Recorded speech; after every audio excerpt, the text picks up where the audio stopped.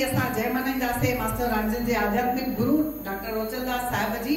बोल डॉक्टर रोचनदास साहिब की जय। बोल सूफी कवि मास्टर रांझन साहिब की जय। जीअं त असां मास्टर रांझन सिंधु भवन में कुछ कयूं ऐं डॉक्टर रोचनदास साहिब जो नालो रखणो इहो त थियणो न आहे। साईं जन जी अपार कृपा रही मास्टर रांझन मथां जो अॼु घर घर में मास्टर रांझन पहुता आहिनि। पर हिते मां ॿ अखर कुछ ॻाल्हाइणु चाहींदमि।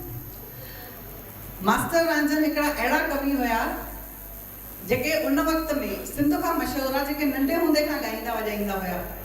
हुननि घणा ई गीत लिखिया, कंपोज़ कया, पाण ॻाता बि। हुननि जूं घणियूं ई कैसेटियूं निकितल आहिनि, घर घर में पहुतल आहिनि। असां कुझु अॼु खां 12 साल पहिरीं इहा रिवोल्यूशन न हुई, तॾहिं यूट्यूब न हुयो। असां कुझु ॾिठो, हिकु अधु कंहिंजो यूट्यूब चैनल हूंदो हो। डैडी ऐं मां ऑफिस में वेठासीं, मां चयमि डैडी मास्टर रांझन जा गीत जाम हुया, ॿिया ॻाईंदा के ॾाढा घटि ॻाईंदा। यूट्यूब असांजो बि मास्टर रांझन सिंधु भवन 12 सालनि खां आहे। तॾहिं डैडीअ सोचियो सभ खां पहिरीं त डैडी कुझु ॻाइनि था, असां उनजो श्रेय डैडी जंहिंखे गुरु करे मञींदा आहिनि साईं लक्ष्मणदास साहिब। डैडी दिलि सां अॼु बि उन्हनि खे गुरु करे मञींदा आहिनि। डैडी चवंदा आहिनि मां अॼु बि ॻायां थो त साईं लक्ष्मणदास जे करे, न त शायदि डैडी न ॻाइनि हा। साईं जन उन्हनि खे एॾो इनकरेज कयो, ॻायो त डैडीअ इंडस्ट्रियलिस्ट थी ॻाइणु सिखियो ऐं पोइ कैसेटियूं भरियूं। नारी शर्मा जे सुठे कंपोजिशन में ॾाढा बहितरीनु, उहे बि नारी शर्मा डायरेक्टर हूंदा, उन्हनि जो पुटु बि आहिनि हाणे भैया। उहे कैसेटियूं मास्टर रांझन उन टाइम ते त मशहूरु हुया, पर घर घर में न हुया। अॼु मास्टर रांझन जेके घर घर में, भारत चओ, पाकिस्तान चओ, स्विट्जरलैंड चओ, अमेरिका चओ, चाइना चओ, कहिड़ी बि कंट्री खणो, घर घर में ॼण हिकिड़ो मास्टर रांझन खे जंहिं पहुचायो आहे त उनजो श्रेय मां सिर्फ़ु मोहनदास वलेचा खे ॾींदमि।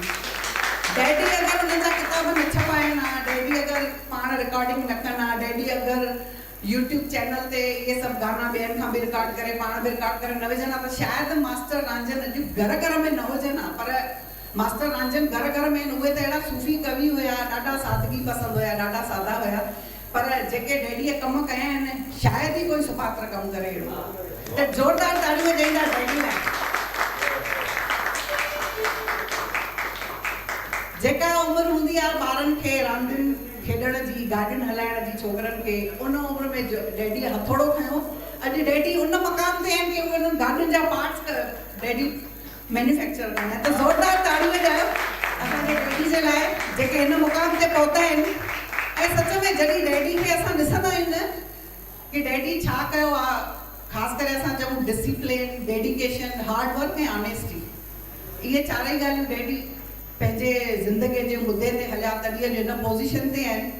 उन्हनि खे ॾिसी मुंहिंजो सच में फ़ख़्र सां सर मथे थींदो आहे। ऐं जॾहिं डैडीअ खे ॾिसंदी आहियां उन्हनि सिंधियत लाइ छा छा कयो आहे, सच में नमन थी वेंदी आहियां, उन्हनि जे क़दमनि ते सर वेंदो आहे।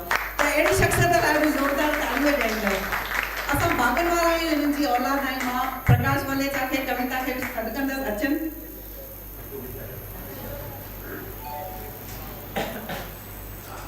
चल भॻवान वॾी हयाती ॾियनि, सदाईं ख़ुशि हुजनि, ईअं सिंधियत जी सेवा कंदा रहनि।